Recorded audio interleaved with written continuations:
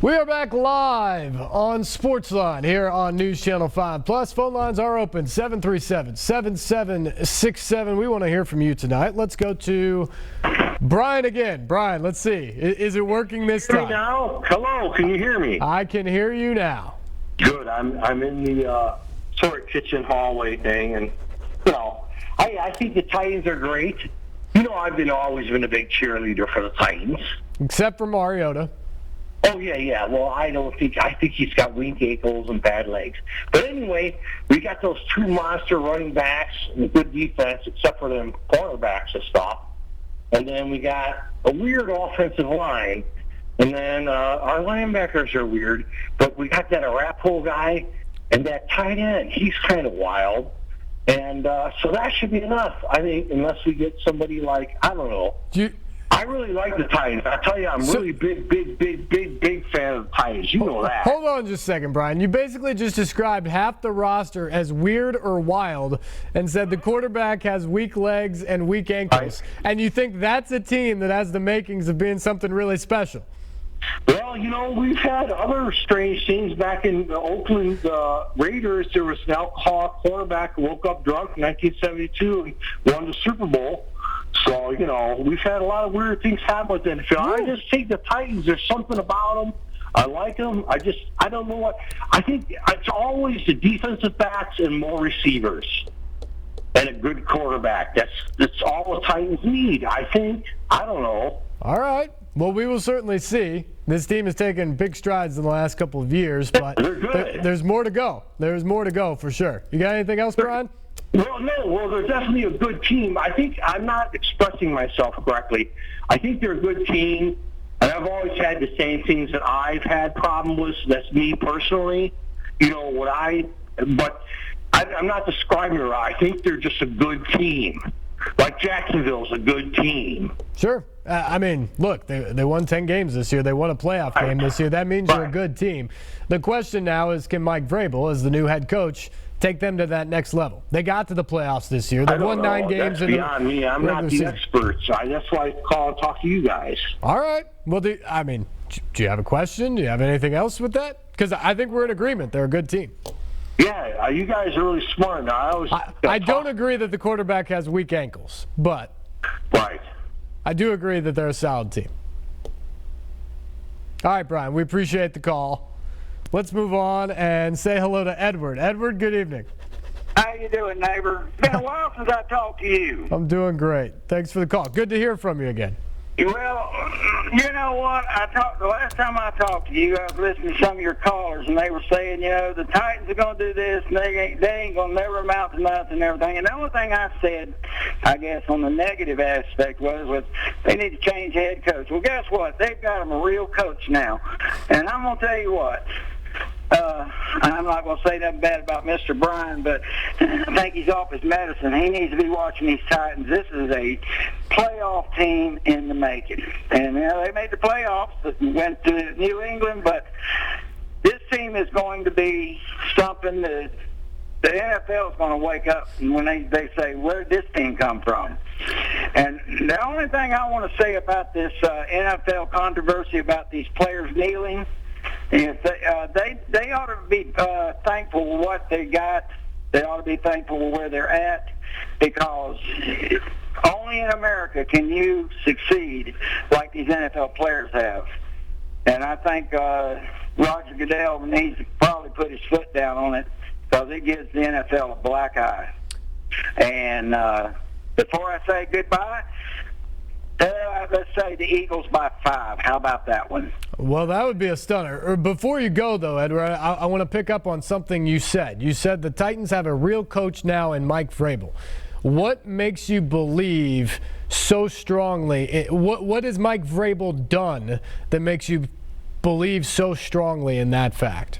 Well, one, everywhere he's been, he's had respect. He's had the respect for one from the players.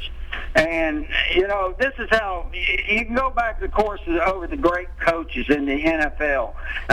Look at Bill Cowher, Jimmy Johnson, even Bill Belichick.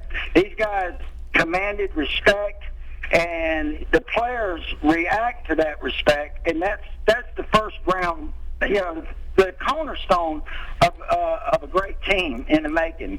And I think this coach is going to be bringing some hoopla to Nashville. I just can't wait till next season to start. I think, yeah. Yeah, Edward, thanks for the call. I think a lot of people want to see that. The interesting thing about Vrabel, though, is a lot of people wish for this. A lot of people wanted to get rid of Mike Mularkey and wanted a new coach. They wanted to see a new offense. They wanted everything that came with that. You've got it now. But here's the thing about Mike Vrabel. As charismatic as he is, as much success he had as a player, and while he commands any room that he walks into, he's never been a head coach before. Never. And he's now inheriting a playoff team. And the track record of NFL coaches over the long haul is that in order to be a head coach, you generally need 10 years of coaching experience before you can be a head coach. Mike Vrabel's had 7. Only 4 of that is in the National Football League. Then on top of that, usually the other criteria is you need to have at least 3 years as a manager, as a coordinator somewhere, before you can become a head coach. You need that experience of managing a smaller unit, one side of the ball, where you're in charge of those coaches, where you're in charge of those players, before you can reasonably be expected to do an entire team. Mike Vrabel's had 1 year as a coordinator, and it was in Houston last year. And you know what that defense did last year? They tanked. It's not because of Mike Vrabel necessarily. They had a lot of injuries. There's other things that explain that. But they were the worst defense in the NFL last year. So you can't justify even the inexperience with, oh man, in his limited time, he's put up such incredible numbers, because that's not there either. So what you're buying into with Mike Vrabel, and look, I'm kind of buying into it myself, is Mike Vrabel is an alpha dog. He is a guy that has a presence that makes guys want to follow him. He's a guy that has been around winning teams, and I think will breed that into a culture. That's a big deal. He's a smart guy by all accounts in the National Football League in terms of knowing schemes and being able to teach it, those sort of things. Those are big. Those are big things to be. But at the same time, he hasn't done it yet. And so it is simply a guess as to whether Mike Vrabel will be able to take the Titans to the next level or not. It's something the Titans fans hope for, but as I've said from the very beginning, be careful what you wish for with Mike Mularkey and the end result there. Because Mike Mularkey had won 19 games in 2 years and gotten the Titans back to the postseason for the first time in nearly a decade, and then won a game there. When you get rid of a coach like that, the room for improvement is very small. The bullseye you're trying to hit with your next coach is tiny. I mean, for Mike Vrabel to be a real success with the Tennessee Titans, what's he got to do? Probably has to win the division. He's got to get to the playoffs. And he's going to have to win games in the playoffs to improve upon what Mike Mularkey did. Now, he doesn't have to do that all next year necessarily. But he's not going to have forever. And at some point, he's going to have to do that. Otherwise, he will be judged as a failure. And so, as I've said all along with Mularkey, is be careful what you wish for. Because by going to a new coach, and I think this is absolutely the case with Vrabel, you are hoping to raise your ceiling and go from being a playoff team to a team that contend for a Super Bowl. You absolutely are lowering your floor. Under Mike Mularkey, this team, I think, was destined to be a perennial 7, 8, 9 win team. Where, on the best years, when you get it done, you're going to be in the playoffs, you're going to compete for a division. And on the years where you take a slight step back, you're going to be barely below 500. Next year, Mike Vrabel, wouldn't shock me if this team goes 11-5, wins the division. Wouldn't shock me if they go 5-11. That's what you've signed up for by making this coaching change right now. You obviously hope for the best, but there certainly is some risk involved with seeking that reward and going after a guy as unproven as Mike Vrabel as the head coach. Back to the phones we go. Let's say hello to Morris. Morris, how are you? Hi, I'm doing pretty good. How are you, sir? Doing great. Thanks for the call. What I'm trying to find out is, what do you think Mike Fisher can bring back to the Predators, and do you think he can regain what he had last year? I think he can because he thinks his body feels great. And he had the extra time, obviously, to get back to that point. And they're going to take their time to get him to full speed and not rush him back here. But when he gets out there, I think he can give them a big presence. Mike Fisher, I don't think, especially on this roster, they're not going to ask him, and he's not going to expect to be a heavy goal scorer. He had 18 goals last year in the regular season. Obviously, he's not going to get that in a shortened regular season, but I don't even know if they need that pace from him this year. What you get with Mike Fisher, though, is you get a 200-foot centerman, a guy who will play the entire ice in the attack zone and in the defensive zone. He's a great guy on the penalty kill and the power play because of his physicality. He's physical on other teams' offensive threats, and he's fantastic in the faceoff circle. Those are all things that largely don't show up in the stat column. I mean, they aren't as sexy as the guy who scores 30 goals a year. But those are critical pieces to being a solid team. That's what Mike Fisher brings to this team. So he certainly adds to your center depth and your versatility in the middle of the ice. But probably the biggest thing he brings is his ability to walk into that locker room tomorrow and be a veteran presence and leader for this group. This is still a young hockey team. After you get past Pekka Rinne, this is a young group of guys, a really talented group of guys. But you're talking about a bunch of guys who are in their mid-20s, essentially. Some of the oldest guys on the team are 27 and 28 years of age. And so you bring in a 37-year veteran, 37-year-old veteran who comes back in. He's played in 2 Stanley Cup finals. He's been a captain of the team before. He's going to command a presence in that locker room. His work ethic makes people follow that lead. I just think he helps you immensely in the leadership aspect, both on and off the ice. Now, one more question. Can David Paul still make a trade and before the deadline? Can he still do something else? He could. The question will be, Morris, and we appreciate the call, is whether he wants to. February 26th is the trade deadline, so you almost have the entire month of February to make a decision on that. The question for the Preds is at what price? Now, here's the thing. Mike Fisher today does a couple things. There's one, because he is a good player that is coming back into your fold, he maybe makes it to a point that is your acquisition. Essentially, they got a trade deadline deal for Mike Fisher when he comes back and he's able to get on the ice sometime in the next few weeks. Essentially, that is a trade deadline acquisition. You just didn't have to give up anything for him. So that's huge right there as it is. But the other thing that happens is the depth that you get by Fisher coming back. You know you're not going to do anything with him, but would you be willing to part ways with, say, Nick Bonino at this point? If he could land you a Max Pacioretty or something, a big-time wing scorer, would you be willing to give up a guy you went out and got in free agency last summer? Would you part ways with some of your fourth-line guys, like an Austin Watson, or some of your prospects like a Freddie Gaudreau, some of those other guys in Milwaukee? I don't know the answer to that. I'm not sure if David Poile thinks he needs to make that move for this team.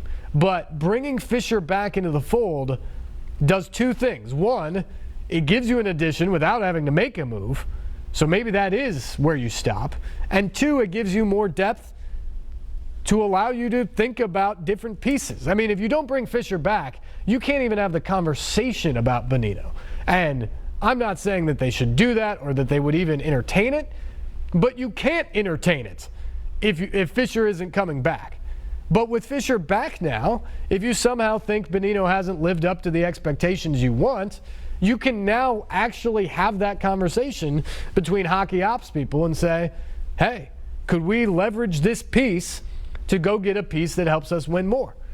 And that's obviously what that role is. And David Poile has shown himself to be an aggressive guy at the trade deadline. He likes to seek out trades. So I wouldn't put him past it at this point. But the biggest thing this did today is I think they got an acquisition without having to make a trade. So if it's me, I'm probably not changing the team at this point, but he still has a month to try to figure that out. Back to the phones again. Let's say hello to Roger. Roger, good evening. Hey, how you doing, man? Doing great. Thanks for the call. Yeah, we're either a kicker or a long ball man from your size. What are they thinking? Malarkey built a team, took over, and made it a winning team for the first time in, 20 years? And 10. What are they trying to do? Your opinion. Well, what happened was pretty clear is John Robinson wanted the offense to open up. He wanted to tailor-make the offense for Marcus Mariota, fit his skill set better than the exotic smash mouth, sort of pound it the way Mike Malarkey wanted to do it. Mike Malarkey dug his feet in and said, no, this is the way my teams play. This is how I want to play, expect to play. This is how we had success. I believe Terry Rubisky did a fine job. He should be our offensive coordinator. I'm not making changes. And when you have your general manager and your head coach so diametrically opposed in their beliefs, at some point somebody's going to win out in that power struggle. And what happened is, because of the rumors and things that happened at the end of the year, there was a lack of trust there. And when then they had that disagreement, things just really broke down. It was an untenable situation at that point. So John Robinson essentially won the power struggle. He had the power to make a move. He did. And Mike Malarkey was out. And so at that point, he went out and he looked for someone who could come in and, in his mind, take him to the next level, but mainly play the way he wants to. And that's open things up on offense a little bit, try to suit Marcus Mariota's skill set, and see if he can take this team to the next level. The guy he got in Mike Vrabel is someone he watched in New England up close and personal with those winning Patriots teams. He watched how he operated there. He knew about him as an assistant coach throughout the league, and that's why he went to that guy. He got a guy in Matt LaFleur who's an offensive coordinator on the rise, hasn't called plays yet, but is widely considered an offensive guru around the league, and he got that guy to come in. So he got his type of guys. Malarkey's coaches. What's that? He's keeping Malarkey's coaches. He kept 2. Yeah, well, they wanted them fired. And if he's going to do that, what is the point? We're going to go back from stage 1 to us back from nothing. Well, hold on. The people he kept was the guy who came on and helped the special teams unit go to the next level this past season. And he elevated him to be the special teams coordinator, if you will. And then the other guy he kept was Arthur Smith, who's the tight ends coach, who's only coached a Pro Bowler each of the last 2 years. So it's hard to argue those guys didn't do a good job and don't deserve to be held on to the staff. And those positions don't determine the schemes you necessarily run in those spots. That part's going to look different. Dean Pease is a different defensive coordinator than Dick LeBeau. Matt LaFleur is a far different offensive coordinator than Terry Rubisky, we think. Mike Vrabel's a very different guy than Mike Malarkey is. And he's brought in a bunch of other guys who are his own guys as well. So I don't think this staff or even this team, in terms of their philosophy or schemes, is going to look very much like the team you watched play in New England a couple weeks ago. But see, what you got to understand is that you have to work under people that tell you what to do and motivate you, and do we have that? Well, one thing I think is clear, Roger, and thanks for the call, is that Mike Vrabel is a master communicator. And guys are going to want to play for him. Guys are going to want to coach for him. So I don't think motivation is going to be an issue for Mike Vrabel. All the things I talk about, his personality, his charisma, all of that stuff, those are huge benefits, and they help you. I think Mike Vrabel is going to be really good at pregame speeches. I think Mike Vrabel is going to be really good at knowing the buttons to push with individual guys. I think he's going to be a really good team psychologist, so to speak, in how he handles things. The questions about Mike Vrabel are, what's the game management going to look like? How aggressive is he going to be? What's the defensive scheme going to look like in certain situations? How aggressive are they going to get with offense? Those are the types of things you don't know because he's never been in the position before. So we'll find out as he goes along with that. And there's going to be growing pains. There just will be. There always are with first-time coaches. But those other things and the intangibles that you're talking about, I don't worry about that at all. I think his staff's going to be good. I think it's a smart staff he's put together. I think these guys are going to be ready to work. He's got a team that comes back that's a pretty smart team. It's an accomplished team, having gotten to the playoffs last year. He's got a franchise quarterback in Marcus Mariota. And I think he's going to stand up in front of that room, and he's going to have guys wanting to go to battle with him right on day one of the offseason program. The question is the stuff in game. The question are the game plans. The question is the adjustments, the replay, the late half and game situations, how you manage the clock, those types of things. The things that he's never done before and never had to think about before as a player and assistant coach. Is he ready to do that stuff? And that's the stuff we just don't know the answer on about Mike Vrabel, and won't for quite some time. We got to take a break. We'll come back. More phone calls and hear from Mike Fisher.